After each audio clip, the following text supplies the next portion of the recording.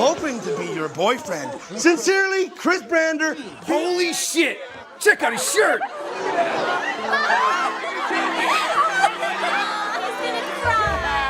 The story begins by taking us back in time to the year 1995. In a quiet town in New Jersey, we meet a high school student named Chris Brander. Chris is a very sweet and friendly person, but on the outside, he is overweight, has frizzy hair, and wears braces on his teeth. Because of his appearance, he is often shy and feels awkward in social situations. He has a huge crush on his best friend, Jamie Palomino, who is a very popular and pretty cheerleader. But Jamie isn't just popular because she's beautiful. She's also a genuinely kind person who is always friendly to Chris. We find Chris in his bedroom, a place that feels very special to him. He has her high school yearbook, and with great care and a lot of courage, he writes a long, emotional message on one of the pages. In this note, he confesses his deepest secret, that he is in love with her and wants to be more than just friends. After writing the secret note, a nervous Chris gets on his bicycle and rides to their graduation party. What's up, guys? Class of 95. Hey, Chris Brander, ladies and gentlemen. Happy graduation, Chris. What's going on? I thought it was supposed to be just the four of us. Tonight's the night. Where is she? No fear, Chris. Huh? This is your chance to get out of the friend zone. Huh? Chris feels very nervous to tell her about the message he wrote in her yearbook. But just as he is about to speak, the door flies open. A boy named Tim, who is a popular athlete, and Jamie's rude ex-boyfriend, barges in and interrupts them. Jamie tells Tim to leave, and after he's gone, Chris picks up what he thinks is her yearbook to finally read his confession to her. But once again, the door is knocked, and another boy named Dusty comes in to find Jamie. Hey, Dusty. I was hoping I'd find you here.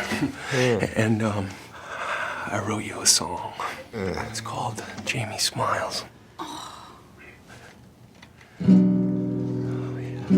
When Jamie God damn it! Come on, Dusty! Jesus.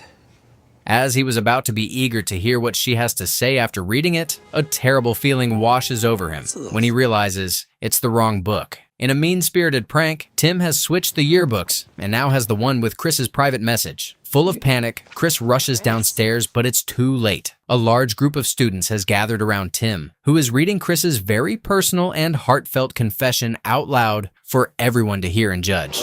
Hoping to be your boyfriend. Sincerely, Chris Brander. Holy shit! Check out his shirt!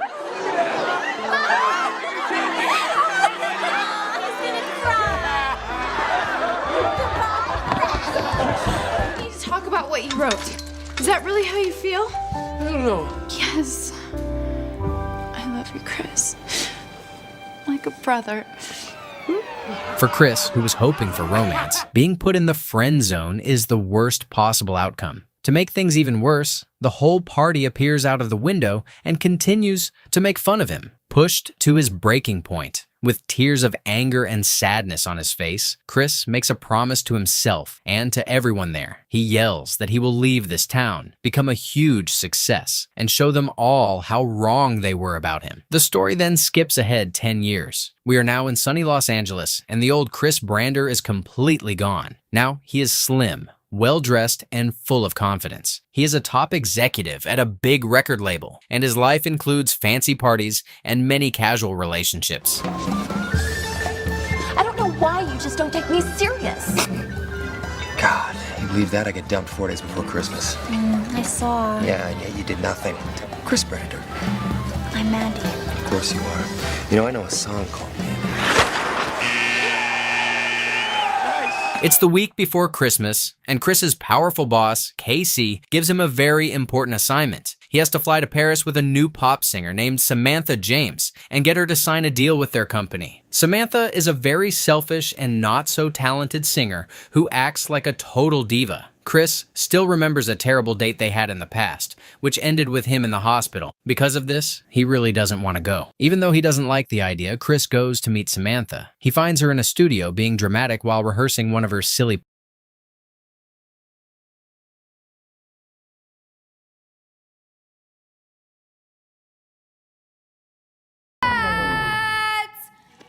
God, I need my guitar. We need to mix the tracks separately.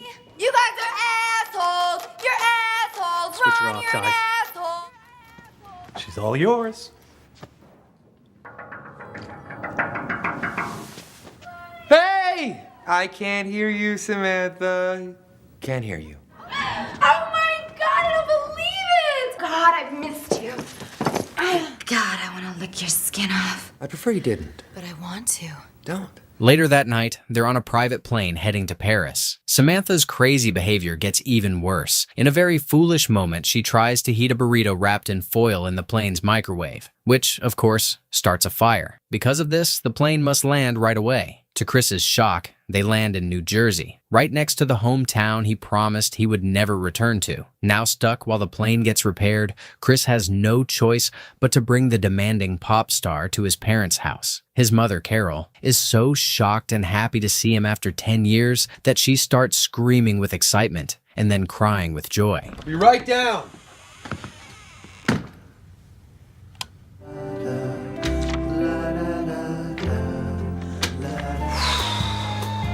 I do not remember Jersey being this cold.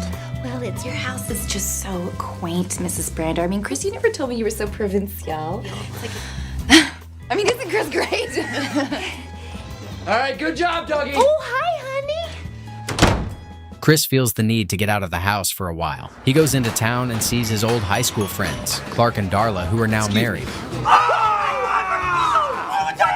Thank you. How you been? we're married. You're married. Well, Blaine is like, oh, mine kid. He's like, yeah, brilliant. I love her. Aren't you gonna introduce me? Yes.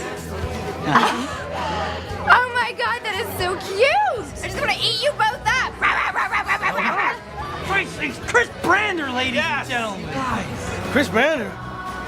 Finally, Chris sees Jamie Palomino working behind the counter. When she sees him, her first instinct is to hide, but he walks up to her. Their meeting is filled with surprise and ends in a warm, unexpected hug. Feeling his old worries come back, Chris tries to act cool and tells her he's just in town for one night, but he can't hide the strong feelings he still has for her. He starts to leave, but then turns back and suddenly asks her to go on a date with him, lying that his flight might be delayed. Now, he just needs to figure out what to do with Samantha. Chris!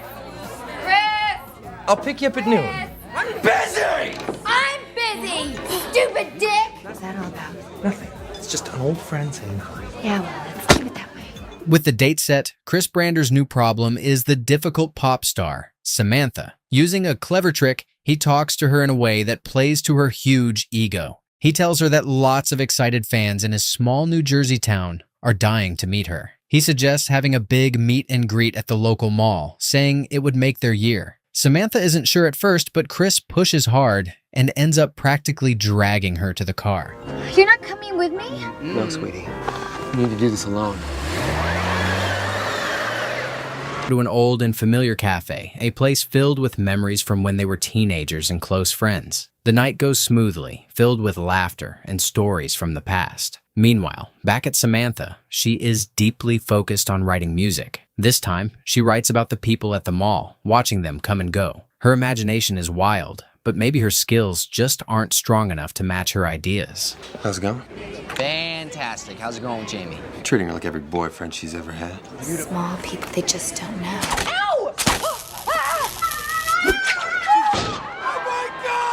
I gotta go. So how's the coast? Super. And one Sugar Mountain Supreme for the chubby bunny. But this is what you always order. The pancakes are fine. He's just kidding. However, when Chris says goodbye, he gets too confident. He leans in, hoping for a romantic kiss, but instead, he receives a simple, friendly hug without any romantic meaning. Take care.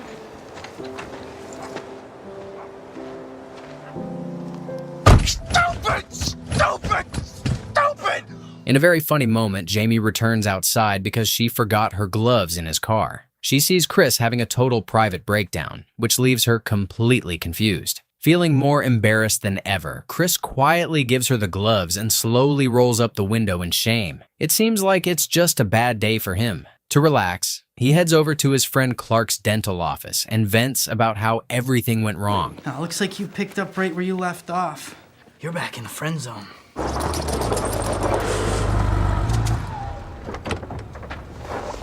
What? Little problem. Later, he comes home and finds Samantha acting childishly and being silly. She may have a concussion from falling at the mall, and Chris becomes very angry at his brother for not watching over her properly. Look at her. She's having a good time. She's got her toothpaste. Where did you get the Vicodin? Mom. You said detain her. She's detained.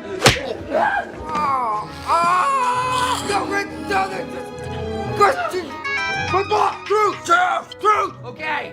Hey, how's my future star doing? Great. Order our #1 priority, Samantha James. Awesome.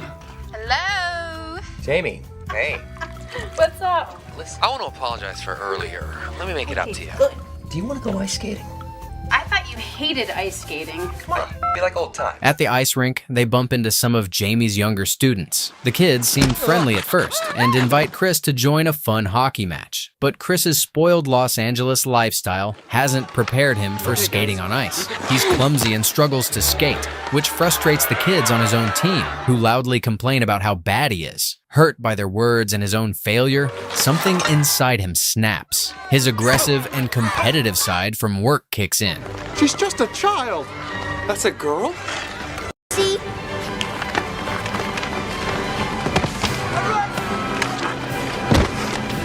We're getting creamed out there. It's his fault. You suck, Brander. Hey. Now Chris is trying his best here. Maybe you should call it a day. Hey! I'm a really good skater, little girl.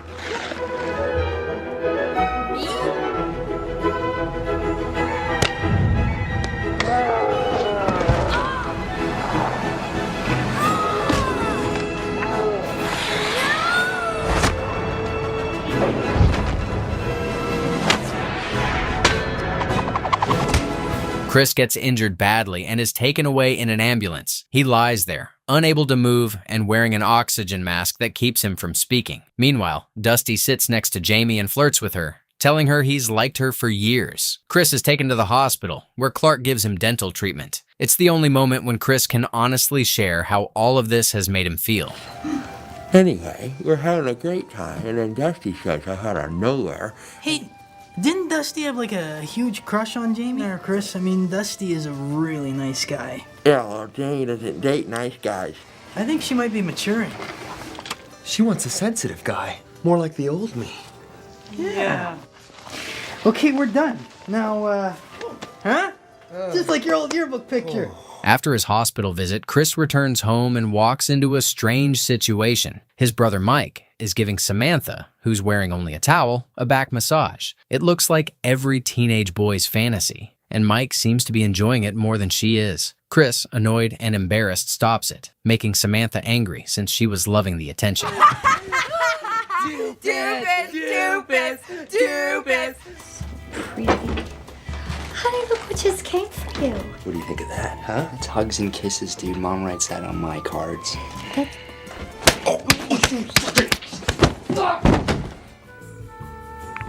Hello? Jamie! Listen, I know it's Christmas Eve, but do you have any plans tonight? Hello? I'm on the phone. Really? You want to see the notebook? Yes.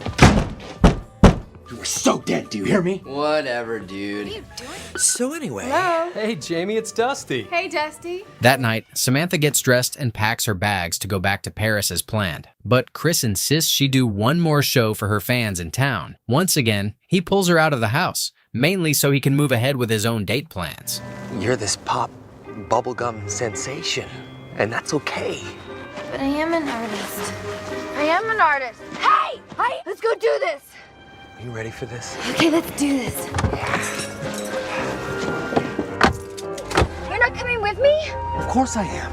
It's open mic night at the coffee house. Coffee house is lame, dude. Come on. Come on! How long does it take? She's grown into such a beautiful young woman, hasn't she, Chris? But Chris feels heartbroken when he sees Dusty walk into the house with Jamie. The evening becomes frustrating, as Dusty is now not only competing for Jamie's love, but is still just as irritating as he was in high school. Things get worse when Dusty even invites Chris's mother, Carol, to join them. Chris feels trapped in the worst kind of situation, like he doesn't belong at all. We'd love to have you, wouldn't we, Chris? Yeah, rad. It was us. Oh, darling. Oh, my sweetheart. How much time do we have? What happened to me? This is so gay.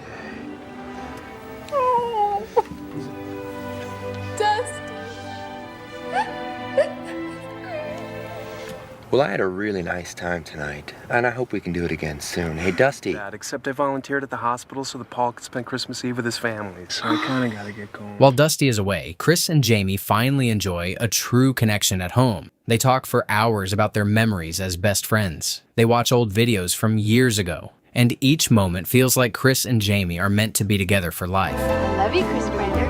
Mwah, mwah, mwah, mwah. Guess what I found? No, the tape I made you? 1995. Oh my god, I just beat a little. Ow! That's it, bitch! It's on! Not so funny now, bitch!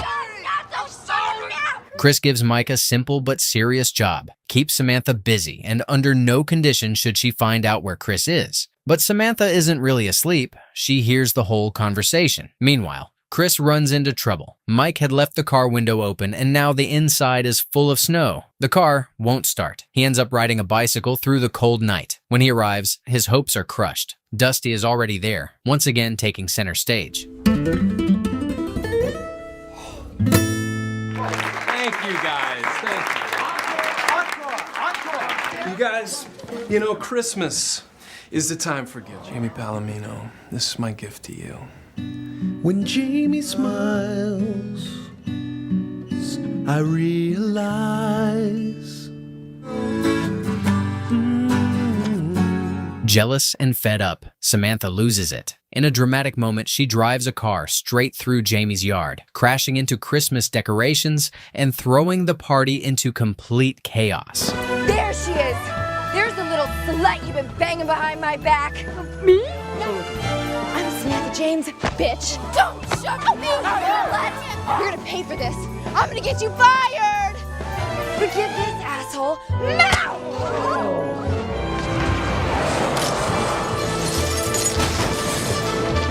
Chris, completely humiliated, lays in bed alone. Soon after, Jamie knocks on his door. When he opens it and tries to say sorry, she tells him she's not mad and didn't come to blame him. He lets her inside, and they spend the night talking, easily falling into the same easy rhythm they once had. Okay, all right, thank you very much. I get it. I was lame. Yeah. So, is your life everything you'd hoped it'd be? I was right. I love it, especially the money. Oh! How about you? Let's put you in the hot seat, huh? Where do you see yourself in 10 years? I see myself getting married and raising a family.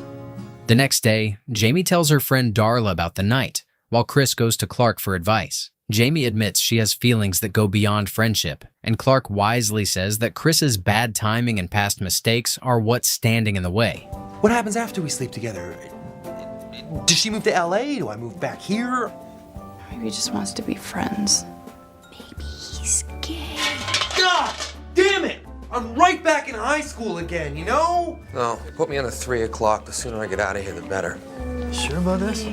She's no ordinary. You tell me. What's with the nurse? What about Jamie? What about her? Hey, are you kidding? It is gonna be sweet revenge on Jamie Palomino for keeping us in the friend zone. It's been nice seeing you, and have fun with Jamie. I know I will. Clark, always a pleasure. Look, I know you hate me, but I need to speak with Jamie. Where is she? She's gone off with Mr. Lee. He's out for revenge on you for putting him in the friend zone in high school. What are you talking about? Feeling hopeless, Chris gets drunk and shows up at Jamie's bar. He finds her with Dusty. When Jamie softly turns Dusty down, he storms off in anger. This leads to a huge argument between Chris and Jamie, where Chris angrily blames her for keeping him in the friend zone. I practically threw myself at you the other night and you did nothing. And now you know how it feels. Fun. Being the girl who peaked in high school.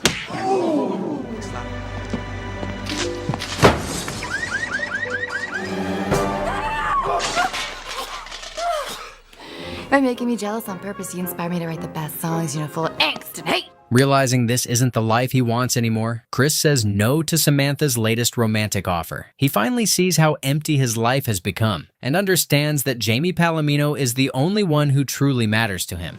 Look, I'll call. Why don't you like me? This is hard to answer with a teaser.